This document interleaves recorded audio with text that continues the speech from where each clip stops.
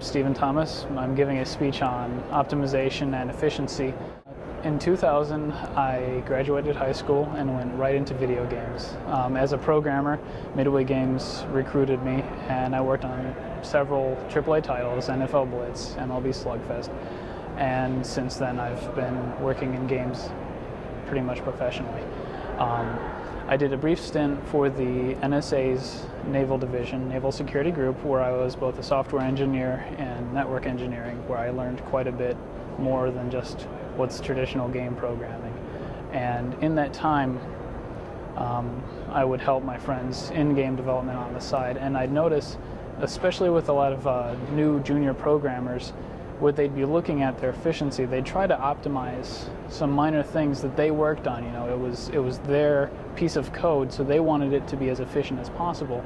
But really, they could have applied themselves elsewhere for bigger gains. And one of the things that I really emphasize is the knowledge of software and hardware and how you're going to have it work together. One of my favorite examples is, you look at PlayStation 1, we have Final Fantasy VIII near the end of the PlayStation era. Beautiful. And in many ways, it looked better than in a lot of the PS2 games early to middle of its life. But we're talking about a machine that is less than one-sixth the power. And you know, you just follow Final Fantasy VII, Final Fantasy VIII, there's a lot of improvements there, and it could not be done without an appropriate optimization. Knowing your architecture, knowing its limits and how it interplays with your software is more than just knowing how C++ is going to be converted, knowing more than just how your memory is going to be placed and stored. You know, you need to work with these things together and get a flow, kind of like a harmony between them. And what may not seem like an optimal tweak in one area will significantly boost something else, something elsewhere where you are having problems. If you're doing your game design and your tech design together, you're going to foresee the problems, like, I want this many polygons, or I want this quality of audio with this many channels. You can start predicting how is that going to work with a lot of things. Oftentimes, really, we usually just end up getting to a point, it's like, holy crap, this is not working as fast as we need it, it's not performing like we need. And that's where, instead of just saying, okay, I'm going to just focus on getting this efficient, I turn and I say, okay, how will everything else factor into this? What if I made a change here? If I optimized where it's being put into memory over here, will that speed up my process over here because it's doing less fetches, it's going straight to the graphics memory instead of doing a pull to the system back and forth and then eventually getting shipped over. So personally, I like looking, it's always best to look at the optimization not before you implement, but try to predict your problems. But realistically, most of us have a wait and see attitude and then run into these problems and then try to fix it. And that's where a lot of it starts to fall apart. First, you don't want to confuse pre-optimization, as in trying to optimize something before you have functionality, with trying to anticipate having to optimize and having these issues. But another thing is that you want modular code. I mean, C++, a lot of the languages today highly support this, but people still aren't implementing it in a way that you can just pull out one piece and put in another without anything else being affected. If you properly modularize something, you can have a very similar pipeline for different systems and just have the lower inner workings interchangeable, and you're not going, it is transparent to everyone else. So, for example, we had a sound engine for PSP, and we ran into a stumbling block where it was efficient over here, but not efficient on the PSP. Because it was completely modular, even within itself, we pulled out the codec, and then we just put in one little piece without changing any other part of the engine, and voila. By spending time optimizing, I mean, look at Doom. Doom did some amazing things, and all you needed was a 66 megahertz 486 with a math you didn't even need the math coprocessor. All you needed for Doom was a 66 megahertz 486. And the 3D that it was doing at the time was beyond that. If John Carmack himself said They needed to look at a non-traditional means of 3D implementation, so he found BSP trees instead of just trying to optimize and optimize and optimize the method of the time.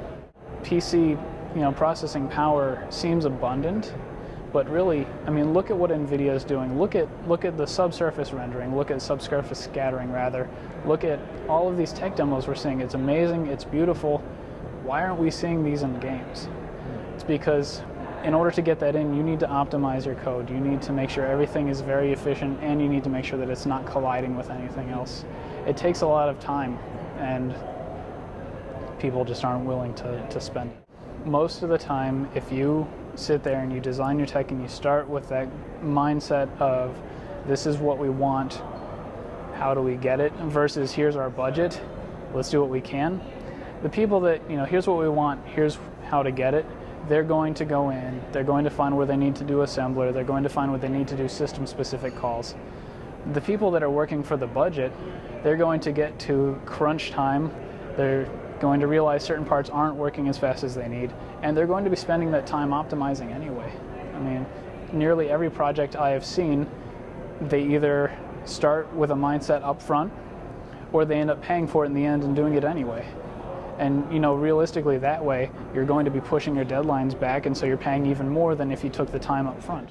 Every system is different, so different libraries, different everything, even in C++. Most of these programmers already have the ability to go in and look at your assembly, and if not, they can be taught very quickly. It just seems that a lot of the time we're afraid to do that. We're afraid because maybe I won't be able to get this done before the producer starts screaming down my neck, or what if something is attached, and it breaks something else. And it seems like it's not the ability that's lacking, it's sort of a fear of breaking things. Because when you step into the assembly domain, I mean, you're, abandon all sanity here because you don't have your type checking, you don't have, a lot of the things the compiler will take care of for you. And that can often lead to ghost bugs. If you didn't properly prepare, I change one accidental thing here, an I is an A in my assembler, and all of a sudden John's audio engine is making weird sounds. So I think that it's less that, most of our programmers have the ability. It's just that fear of when do I, when don't I, producer is saying this, but it seems like I have to do that. So it's more of an internal conflict than it is capability. It's like a production culture, something like this. Yeah, really it is like Fordism. You can have any color car you want as long as it's black and we can make it on time. But, in the games industry, we've always been pushing some amazing things, pushing machines to their limits. We should be making the Ferraris of computer software. We should, you're talking about a mechanic getting finely tuned with every single piece of that engine. And every time that a company has done that in the past, we've seen amazing results. Look at Doom leading into Quake. Look at Final Fantasy VII on the original PlayStation. Look at it, and they did something that was amazing for the time, and really, that's why I'm loving the Wii, I'm loving the PS3, because it's breaking us out of this cookie cutter. Look at games these days, it seems like, MMOs, okay, everything is a WoW clone, which was pretty much an easier version of EverQuest. Look at your console games, everything is sort of a clone of a first-person shooter, you have so many Halo clones, you have so many, Resident Evil, they did something amazing and new, and then bam, it's all clones. We need to be pushing that envelope, we need to be making those Ferraris, those Lamborghinis of code, we need to be, we really do, we need to be pushing that. Look at the PS3. 1.8 teraflops of power at our disposal. But how many, you have to get down to the nitty-gritty. You have to work with the individual SPUs. You have to try really hard to get that performance. The best place I've seen that happen were demos from MIT, so. Surprisingly. Yeah, and no surprise there, but it's not in games.